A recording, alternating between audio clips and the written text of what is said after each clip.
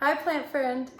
So today I'm going to teach you about one of the oldest herbs known to men and women, rosemary.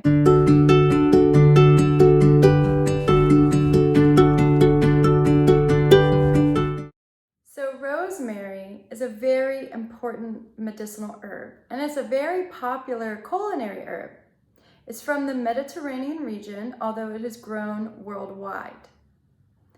And as I mentioned in the beginning, it's one of the oldest known herbs. So there's a reason for that, and you're going to learn those reasons today. And so rosemary contains a lot of oils, and you can smell by just sticking a sprig up to your nose. You actually don't even have to crush the leaves or press the leaves to smell the oil. The other thing that it has is it has resins. And so if I touch this, the leaves start to stick together, and you can see how they stick together when I press the leaves together. Look, and that is because of the resins, okay? And those resins are very beneficial for our body. It's also loaded with antioxidants. All right, so oils, essential oils, resins, and antioxidants. This herb is a powerhouse, okay, rosemary. I'm going to tell you some of its benefits. So rosemary is really good for stomach issues because it is a bitter and pungent herb. And so in Ayurvedic medicine, they use this a lot for stomach problems. Also for headaches, because if you think about the fact that a lot of headaches are tied to stomach issues. And so because this helps to relieve stomach issues, it will help also treat headaches. Another reason why it's good for headaches is because it has salicylic acid in it. I'm not sure how much it has compared to willow. I wouldn't think near as much as willow bark, but it has the salicylic acid in it, which surprised me when I first read that. I never knew that rosemary had salicylic acid, but it makes sense because it's really, really good for headaches. It's good for sprains and injuries. It's also considered a tonic herb, which I like, which means you could take some every day. The other thing that rosemary is known for is memory, okay? And it's often referred to as the herb of remembrance. So a lot of these herbal books that I have up here talk about how rosemary is really good for mental clarity, function, memory. And so rosemary is known to be good at increasing circulation. And so sometimes I'll take rosemary in the morning instead of drinking caffeine because I like to think that I am increasing my circulation, improving my brain function in a beneficial manner instead of stressing out my nervous system with caffeine. All right, a couple other ways that rosemary is used is for colds. So rosemary is antimicrobial, and that is the reason why I'm doing this video today, because I want you to understand that rosemary is a powerful herb to fight bacteria, 1, different types of fungus, 2, and it's antiviral. That is an important one because right now COVID is going around and people are getting it that have never had it before.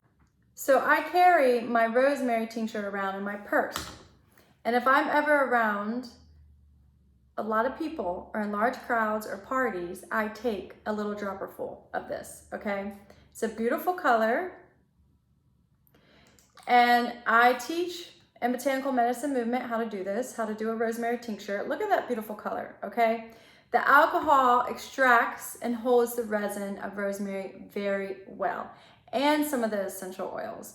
And so this is one of my favorite tinctures to take by far, and I can take it every day.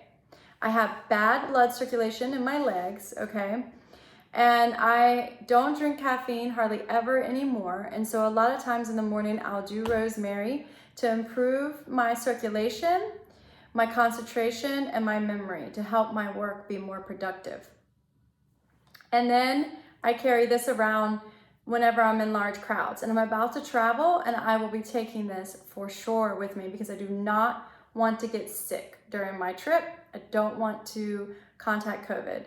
Because rosemary is antiviral, I can do a dropper full, and let it just kind of sit in my mouth, take it in, and do that 3 times a day just to hopefully prevent or reduce my chances, I should say, of getting COVID. I can't guarantee you this will work, but I do think that overall rosemary is phenomenal for the body, okay? It's good for the nervous system. It's even been used for depression. And rosemary is an herb that I would add into a formula blend for depression. I wouldn't let that be the chief herb, but it could certainly be an assisting herb, right? Because it's gonna be working on the stomach, it's gonna be moving things, all right? It's a bitter and pungent herb. It's warming to the body. So again, the reason why I did this video is so you know that rosemary is antiviral, and if you have some around you growing in your yard, I highly recommend making a tea. And that's probably the easiest way to work with rosemary is by making an infusion, or you can do a steam facial. And then 3, you could get a tincture. All right. You can learn how to make this in Botanical Medicine Movement if you want. You could probably purchase this online and just carry it in your purse. You cannot go wrong with taking a rosemary tincture. I would not take it if I was pregnant. That wasn't enough to convince you to work with rosemary. I have a couple more things. So rosemary is really good for your hair. You've probably seen that. It's in a lot of hair products. But it stimulates hair growth, okay? The other thing is there's been research to show that rosemary is anti-cancer. And that rosemary, because it has so many antioxidants, is considered a food preservative. All right, it helps to discourage certain types of bacteria in meat, and that's probably how it came about to seasoning meat. Okay, it was more of an herbal wildcrafting thing that people did, and then we just loved the taste of it, but we forgot the main reason why people actually season meat with rosemary. And I could really go on and on about rosemary, but I won't. I will stop. I'll briefly review the ways that I want you to work with it.